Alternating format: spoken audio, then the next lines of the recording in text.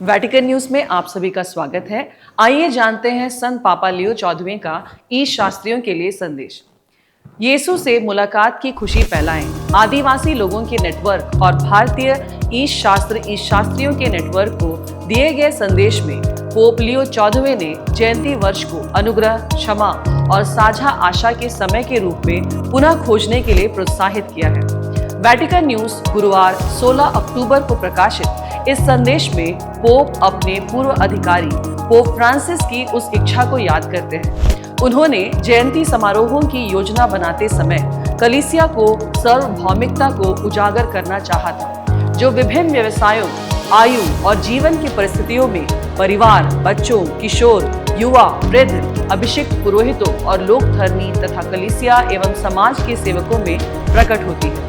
उन्होंने समझाया कि जब हम पवित्र द्वार से पार होते हैं तो एक सुंदर मंदिर में प्रवेश करके प्रतीकात्मक संकेत देने से कहीं अधिक वास्तव में विश्वास के माध्यम से हम दिव्य प्रेम के स्रोत क्रूस पर चढ़ाए गए प्रभु के खुले घाव में प्रवेश करना चाहते हैं। इसी विश्वास में हम भाई भाई हैं, एक में एक। भजन संहिता 127 का 4। इस सत्य को हम अपने इतिहास और वर्तमान वास्तविकता का पुनः अवलोकन करना चाहिए, ताकि हम अपने परिश्रम और कष्टों के बावजूद उस आशा के साथ भविष्य का सामना कर सके जिसकी ओर पवित्र वर्ष हमें बुलाता है।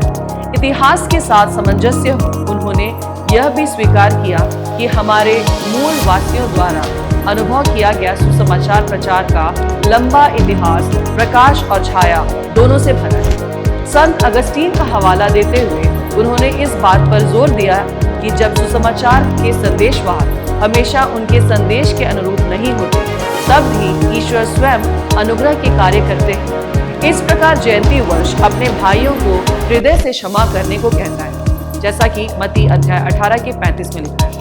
अपने इतिहास के साथ सामंजस्य स्थापित करने और ईश्वर की दया के लिए धन्यवाद देने का एक उपयुक्त समय है।